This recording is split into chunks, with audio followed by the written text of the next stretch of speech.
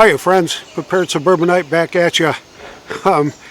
Given the events of the last few days or so with the basically unthinkable attack on the state of Israel by Hamas and its allies, it's just absolutely unthinkable what they did. They seem to have caught Israel by surprise, and which is a surprise. So I'm a little concerned about what's going on there.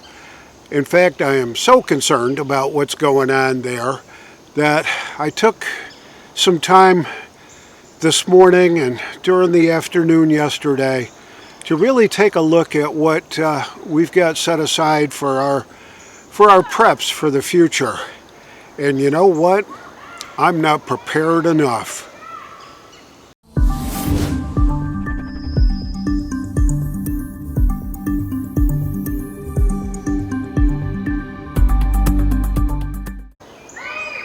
So when I say I'm not prepared enough, I'm going to compare it to the closeness that we are facing right now of a potential for another worldwide conflict.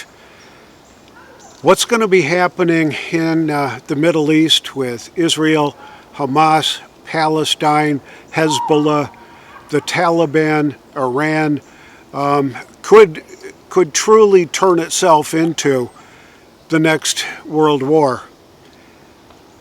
It's my understanding that we've already started to deploy an aircraft carrier and some other naval ordnance into that particular area to give Israel at least some follow-through on the "we've got your back" speech by Biden, and I'm not so sure he has his heart in that. But given that and how close we are there, and then you look at what's going on in Ukraine with Russia right now and their allies of China and Iran and North Korea and you name it, we could be fighting another two-front war.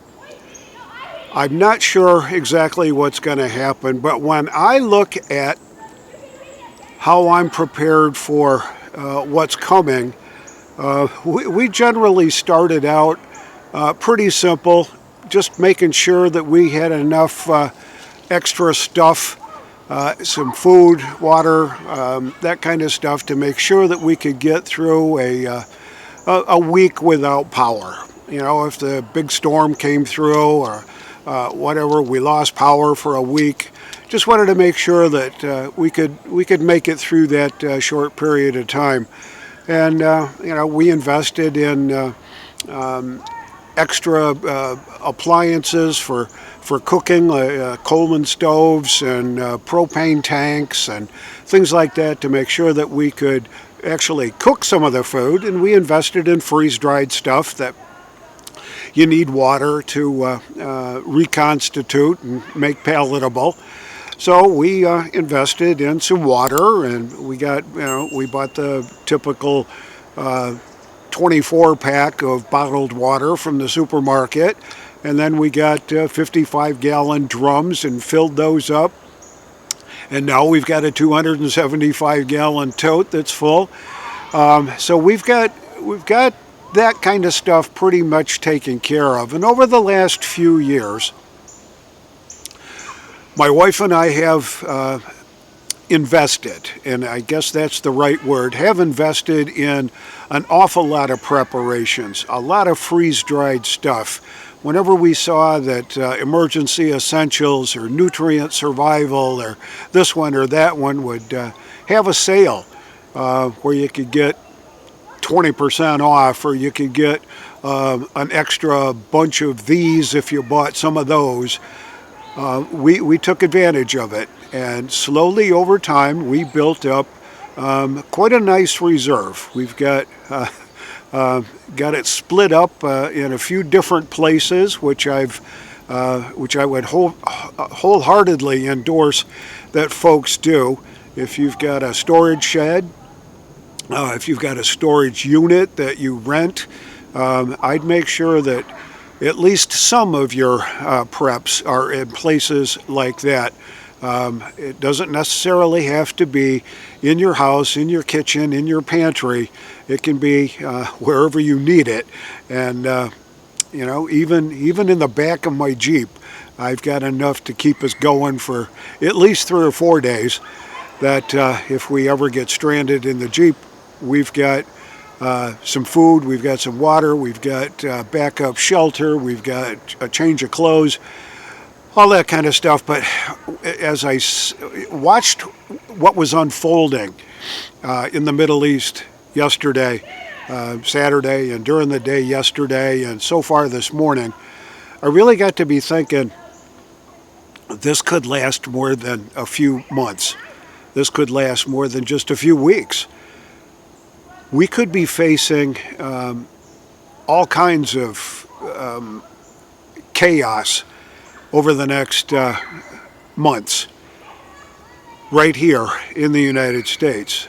I am absolutely convinced that our current administration doesn't give two rats' ass about whether we survive or not, that they are so hell-bent on their ludicrous agenda for stripping us of our gas appliances, stripping us of our freedoms and our liberties, stripping us of our mobilization through internal combustion engines that burns fossil fuels. They have done everything that they can to make the majority of us very leery about any decisions that are being made in Washington right now. And believe me, the decisions that they're making, the statements that they're making are absolutely baloney.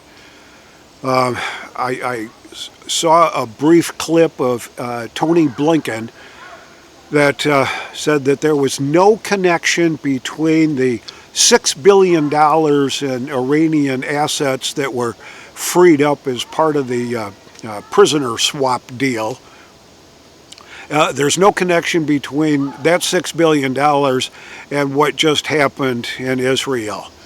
Well, I don't know what planet he's living on, but when you start connecting the dots, you get a pretty clear picture of what's going on. Joe Biden is absolutely worthless. I am absolutely convinced that he is not acting as the President of the United States. That those around him, his supporters, his handlers, you name it, they're the ones that are calling the shots. I don't think Joe's got enough cognitive ability stored up right now to be making any kind of decision. So other folks have to tell him what to do, what to say, what to sign, what not to sign, what to veto, what not to veto. He isn't getting it, and he ain't getting the right job done.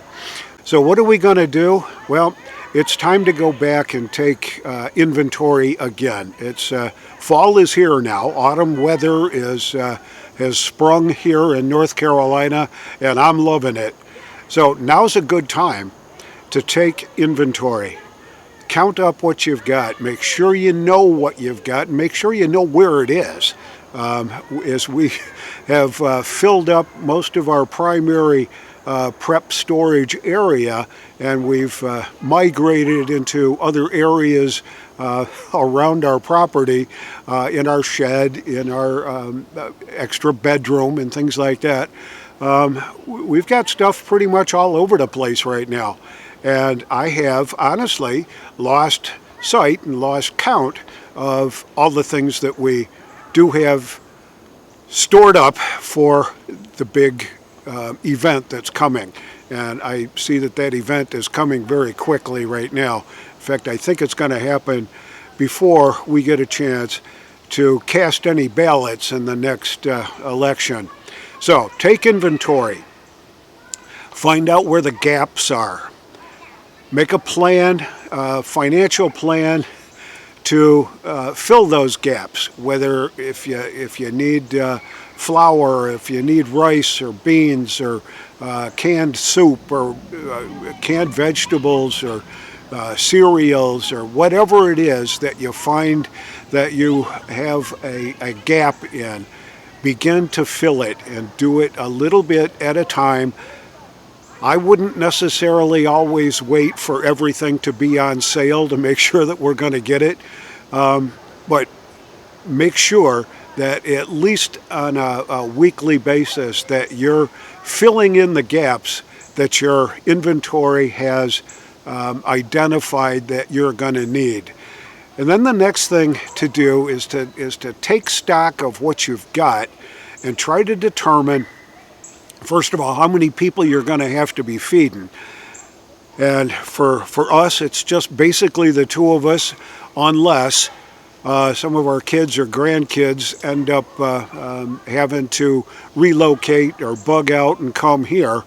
For just the two of us, I can do a pretty good, accurate count, assuming 2,000 to 2,500 calories per day per person is enough to keep us going. And you can take a look at what you've got stored up for freeze-dried, ready to go things, stuff that you've packaged, rice and beans and all your canned goods and soups and stuff like that. And I think if you look at it, you can make a pretty good guess as to how long that's going to last. And when we first started out, I was like I said before, I was looking to make sure that we could get through maybe a week without power. And then we expanded that. Well, let's shoot for a month without power, or a month without anything. And do we have enough food, water, and all the extras that need to go along with that? Ways to cook all that stuff, the ways to heat up the water. And we shot then for 3 months, and then for 6 months. And I think right now I'm at about the 2-year stage. And I've realized that that may not be enough, because I don't think this situation is going to resolve itself 2 years after it starts. I'm afraid that all it's going to take is one of the EMPs to go off over the United States to take out the grid. It may take a couple of EMPs, but if Hamas can do what they did to Israel with the defenses and the infrastructure that Israel has put together, if they can penetrate that and cause the havoc that they've caused there, they can certainly do it here. And without any faith in our current government right now, the only choice that we've got is to be even more prepared than we ever have been before.